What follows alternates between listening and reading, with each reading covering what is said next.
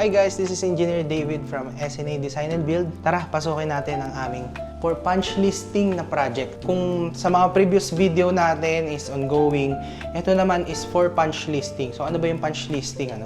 So punch listing, ito po yung ginagawa natin bago natin i-turn over kay client. Usually, ang punch listing is almost for turnover na siya. Good as turnover na yung unit.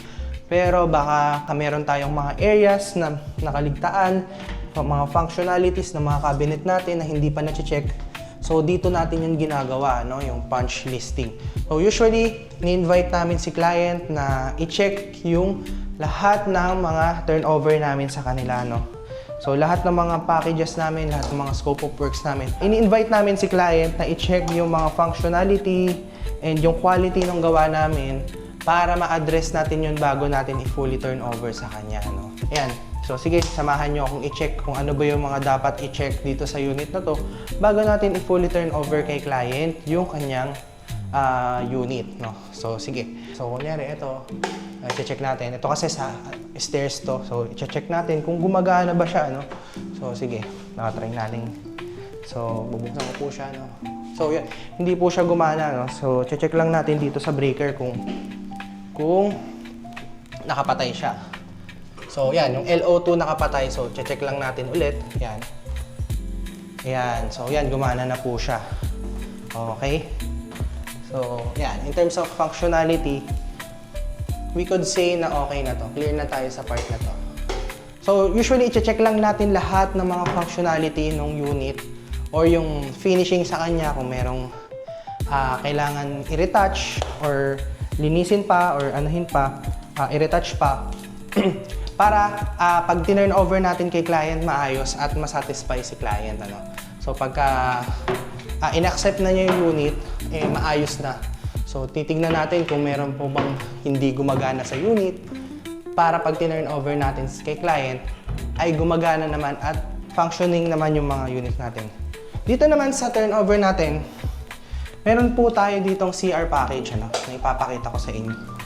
So usually yung pinapackage namin dito sa unit, sa mga unit na ginagawa namin sa granary is yung vanity package lang po para maging functional yung space. So usually yung turnover kasi dito, wala naman siyang mga accessories, wala siyang mga cabinets. So pagka mag-i-stock tayo ng mga utilities natin and yung mga panglinis natin, ang hirap maglagay since wala pa siyang mga cabinets and all.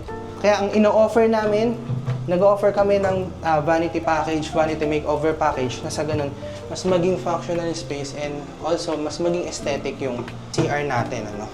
So dito ang ginawa namin, naglagay kami ng cabinet dito and open shelves dito para sa mga frequently used. Tapos yung mga hindi naman frequently na ginagamit na toiletries, pwede nating ilagay dito. Usually yung mga stocks. Tapos meron din siyang cabinet dito. Yan.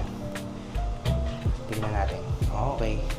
So yan. Meron din tayong nilalagay ng vanity mirror, kasi syempre sobrang essential nito sa isang CR, Syempre kailangan mong manalamin, So sinasama namin sa package namin yung vanity mirror with accent light para mas mukhang elegant naman yung look niya.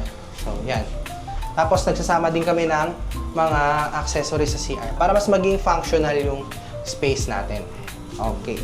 Next ko namang ipapakita sa inyo is yung package namin na starter package sa ceiling. Usually yung turnover naman kasi ni granary, meron na siyang ceiling dito. Meron na siyang ceiling sa second floor and meron na rin siyang partition. Kaya naman nag-o-offer kami ng basic lighting package dito sa granary. Kaya naglalagay kami ng mga pin lights. So, pin lights pero separate din naman yung mga switch. So, kasama sa package namin, papalitan naman namin yung mga switches. Yan, papalitan namin yung mga switches and outlets para mag-match siya dun sa design. Yan. So, hiniwalay ko ng button yung mga ilaw natin to save energy and also maprolong yung buhay ng mga pin lights natin. Pwedeng alternate lang natin siya para mas maprolong yung buhay nila. So, ganun din yung ginawa dito sa pangalawang kwarto. Nagpalagay lang si client sa amin ng pin lights. Yan. Pin lights para mas maganda naman yung mas maganda naman yung lighting ng kwarto. So, yung turnover is isa lang dito. Yan. Isang ilaw lang kasi yung sa turnover ni developer dito. So, para mas maging maliwanag yung area, nag-offer kami ng pin light pin lights installation with switch and outlets. Kung hindi nyo naman kailangan ng magarbong ceiling masyado, pwede po kayo mag-avail sa amin ng basic lighting package. Yan. So, yan. So again, yun lang naman for today's video. No? Nag-tour lang kami para ipakita sa inyo yung mga ongoing projects namin dito sa granary and also to update our clients. I hope na marami kayong natutunan and marami kayong nakuhang ideas, especially for those na magta-turnover pa lang or palipat pa lang sa mga unit nila. Nakakakuha na tayo ng ideas kung ano ba yung mga dapat nating unahin, ipagawa bago tayo lumipat ng bahay. No? And again, this is Engineer David from SNA Design and Build, fully committed to transform your dream home.